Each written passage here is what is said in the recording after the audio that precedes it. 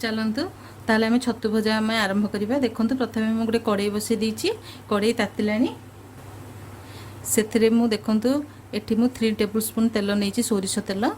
आपड़ चाहिए भी रिफाइन तेल यूज करेंगे, किंतु जदि सोरिष तेल थी बहुत भल लगे छतु भजापी। देखो प्रथम तेल ताती गला से आम हाफ टी स्पून सोरिष तेल सोरिष पकेबा फुटेवाई। सुखिला लंका,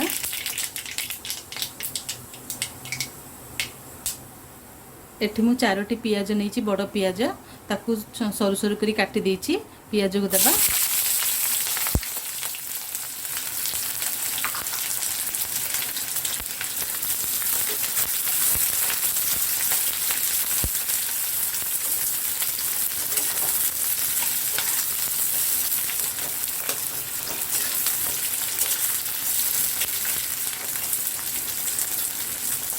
पियाजटा पूरा लाल है पर्यटन आम भाजवा दरकार नहीं। ये जब टिके अल्प कंचा रही भल लगे छतु भजा सहित, कहीं छतु भाजिला बेले पियाजटा मध्य भाजी होता है।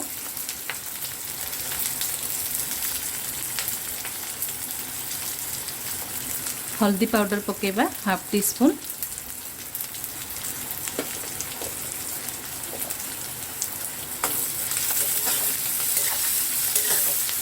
भल भाव घाटी देवा। देखंतु रेड चिली पाउडर मुझे गोटे टी स्पून, राग देखिए आप कम बेसी करें।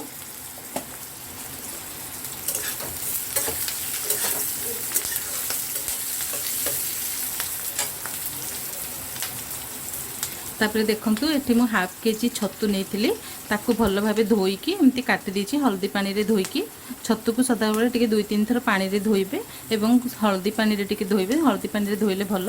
आकु भल भाव मु चिपुड़ी की रखिछि। बर्तमान ताकू एई समय रे दे देबा छतु को।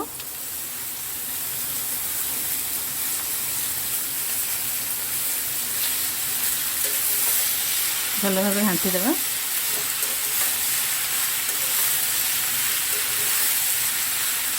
देखो भल भाव घाटी देली। बर्तमान आम लुण देदेबा, आवश्यक अनुसार लुण देदेबा।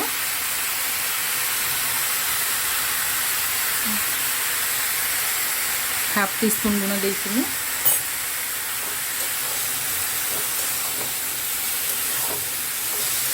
छतु यहीपरि भाव आम भल भाव गोल देकी ताकू कभर देबानी।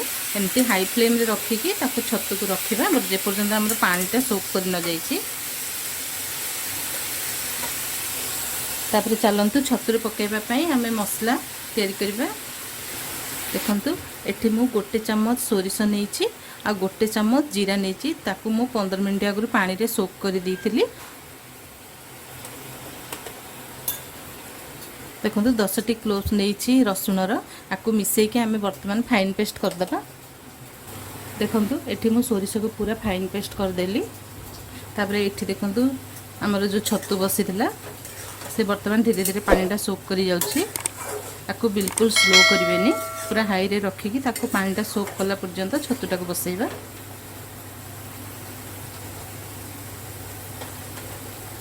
आ 2 मिनिट बसैबा। 2 मिनिट पर देखो पूरा पानीटा सोक कर जिवो।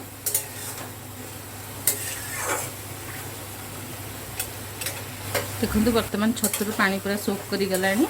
आ अल्प अच्छी से समय रे आमे जो सोरिष बाटी थिले ताकू दे देबा। जति दरकार सोरिष देबा।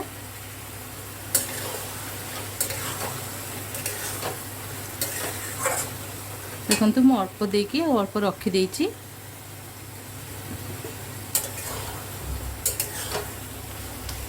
ताकू आम पूरा हाई फ्लेम रे रखिबा, कहीं छतुटा बहुत नरम जिनस से शीघ्र सीझी जाए। ताकू आम जदि स्लो रे करिबा ताले छतु बहुत माने ये कहिजिवो नरम हेजिवो। देखंतु छतु हमर केते सुंदर भाजी होउची। ताकू मझिरे मझिरे एमती घांटुथबा। देखंतु वर्तमान मु ताकू गोटे कवर दे देबी। कवर देकी आम एमती हाई फ्लेम रे ही रखिबा। गोटे सेकेंड भितर आम टिके टिके करिकी ताकू गोटे सेकेंड छड़ा आम ताकू टिके टिके घांटी देउथबा, कहीं ना नहले पोड़ी जिवो। देखंतु छतु केते सुंदर देखा जायछि। ମୁଁ କଭର ଦେଇକି ତାକୁ ରଖିଥିଲି। ଗୋଟେ ସେକେଣ୍ଡ ପରେ ତାକୁ ଟିକେ ଟିକେ ଘାଣ୍ଟି ଦେଲେ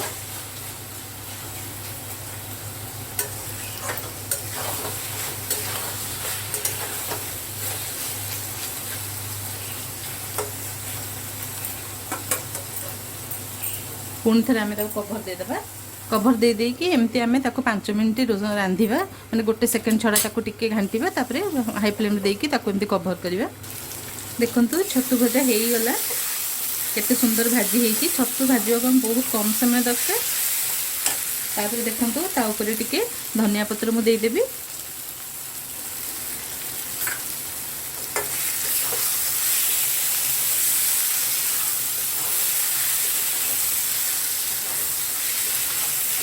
बर्तमान आम गैस ऑफ करदे। चलतु ताकू आम सर्विंग प्लेट को नहीं जावा। देखंतु गरम गरम छतु भजा रेडी हो गला, केते सुंदर देखा जाउची। खाइबा को मध्ये सेतिकी भल लागे। एहा पखाळ संगे खाइबा को बहुत भल लागे। आ आपण चाहिले भी गरम भात संगे खाइबा को भल लागिबो। देखंतु केते शीघ्र छतु भजा हो गला। ताहले आपण माने मोर ए रेसिपी निश्चिंत भाबरे करंतु। आ जदि आपण माने मो चैनल को सब्सक्राइब करनांती ताले फ्रेंड्स मो चैनल को सब्सक्राइब कर दियंतु। आगो को नुआ नुआ वीडियो रो नोटिफिकेशन पाइबा पई पाखरे थिबा बेल आइकन को प्रेस करंतु, जहा कि आपण मानको पाखो प्रथमे वीडियो रो नोटिफिकेशन आसी जिवो। Thank you.